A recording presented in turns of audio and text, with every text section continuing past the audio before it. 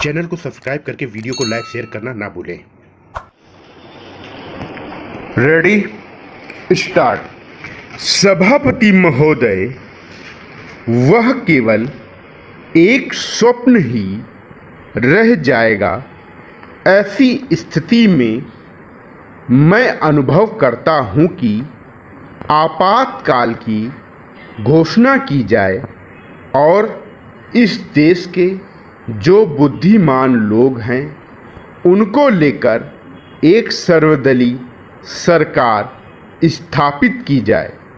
हम यह अनुभव करते हैं कि जिस तरह का शासन इस समय चल रहा है उससे देश की कोई भी समस्या हल होने वाली नहीं है, बल्कि इस सरकार की गलतियों से समस्याएं बढ़ती जा रही हैं। राष्ट्र की आंतरिक सुरक्षा के विषय में जो बिल मंत्री महोदय ने प्रस्तुत किया है उस पर अब तक जितने भी भाषण हुए हैं उनको मैंने बड़े ध्यान से सुना है। माननीय सदस्यों ने व्यक्तिगत स्वतंत्रता की लपेट में बहुत सारी बातें कही हैं और हमारे दल की ओर इशारा करते हुए कहा कि हम भी इसके औचित्य के संबंध में फिर से विचार करें। मैं जहां तक समझ पाया हूं, हमारे गृह मंत्री जी को इस बिल को प्रस्तुत करने में कोई सुख नहीं हुआ, बल्कि वर्तमान परिस्थितियों को देखते हुए मन में दृष्टि रखते हुए उनको दुख हो रहा है।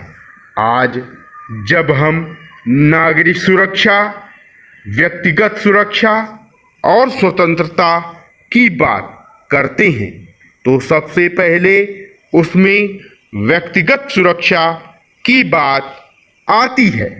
प्रत्येक नागरिक इस राष्ट्र की अपनी सत्ता में रहकर सुरक्षित रहना चाहता है।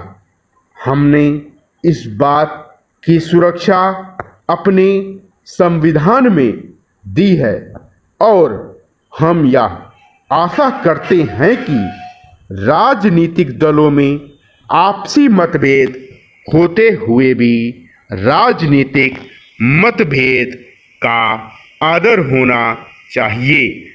मतभेद होते हुए भी शांति और सुरक्षा बनी रहनी चाहिए। माननीय सदस्य पूछते हैं कि ऐसी कौन सी असाधारण परिस्थिति आ गई थी जिसके कारण आपको नजरबंदी बिल लाना पड़ा।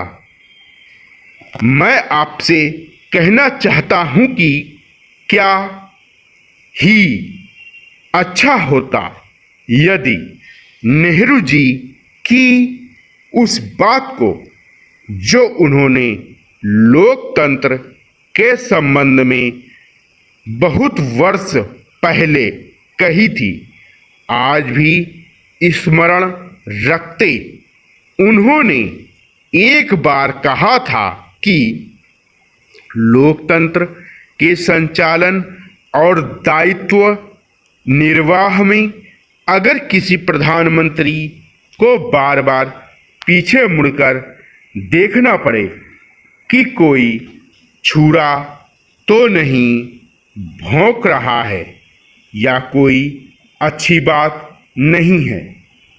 यदि ऐसी परिस्थिति देश में पैदा हो जाए, सांप्रदायिक दृष्टि से देश के विभिन्न स्थानों पर सांप्रदायिक दंगे हो रहे हों, उनका सामना करते हुए यदि हम जनता को सुरक्षा दे सकें तो फिर किसी बिल की आवश्यकता नहीं है।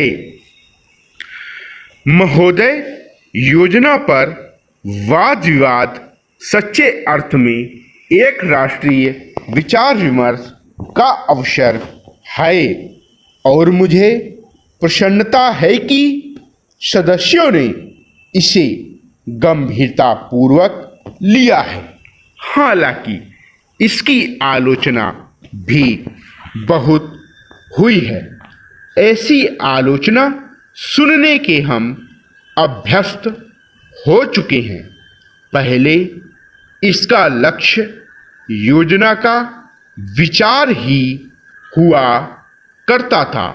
सौभाग्य से वह बात अब नहीं रह गई है और हम विकास की ऐसी सीढ़ी पर पहुंच चुके हैं जब मुझे आशा है कि सभी दल योजना के विचार का अनुमोदन करते हैं।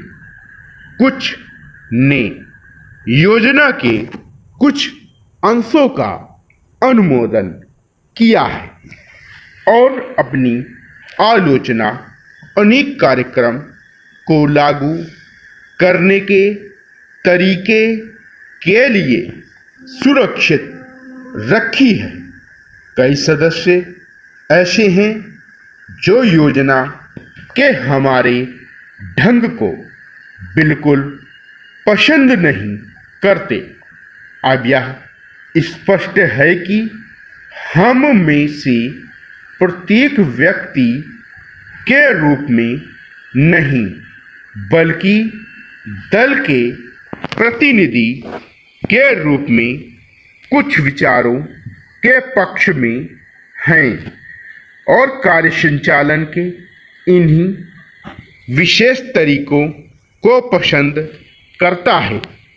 हमने पर्याप्त विचार विमर्श और सोचने समझने के बाद यह निश्चय किया कि हमें किस प्रकार का योजना आयोग बनाना चाहिए और आयोग को किस ढंग से काम करना चाहिए। योजना आयोग में निर्दलीय, स्वतंत्र विचारों वाले और गैर राजनीतिक विशेषज्ञ होते हैं, लेकिन वे पूरी तरह से योजना के लिए जिम्मेदार नहीं होते। योजना का निर्माण प्रत्येक राज्य के विभिन्न स्तरों के लोगों के साथ अनेक विचार विनिमयों के आधार पर होता है और अंततः उसे अंतिम रूप देने के लिए राष्ट्रीय विकास परिषद में प्रस्तुत किया जाता है, जिसके अंतर्गत सभी मुख्यमंत्री होते हैं, जिनमें अनेक दलों के लोग होते हैं। वे मिल बैठकर अपने विचार व्यक्त करते हैं। यह ठीक है कि इन बैठकों में मतभेद भी होता है, जो सामान्यतः योजना के तरीकों को लेकर नहीं बल्कि अधिकांशतः इस पर होता है कि किस राज्य को कितना पैसा मिलना चाहिए। हम जानते हैं कि हमारा कोई भी ऐसा कार्यक्रम नहीं है जो हमारी पूरी जनसंख्या की आवश्यकता के लिए पर्याप्त हो। सभी समय उपलब्ध साधनों और जनता की आवश्यकता के बीच सामंजस्य के लिए प्रयास करना होता है। यह सोचना होता है कि क्या किया जाना चाहिए अथवा एक दूसरे क्षेत्र के लिए क्या किया जाना चाहिए। कुल मिलाकर यह योजना अगले 4 वर्षों के लिए प्रगति का घोषणा पत्र है। हमें कुछ अनुमान है। विराम।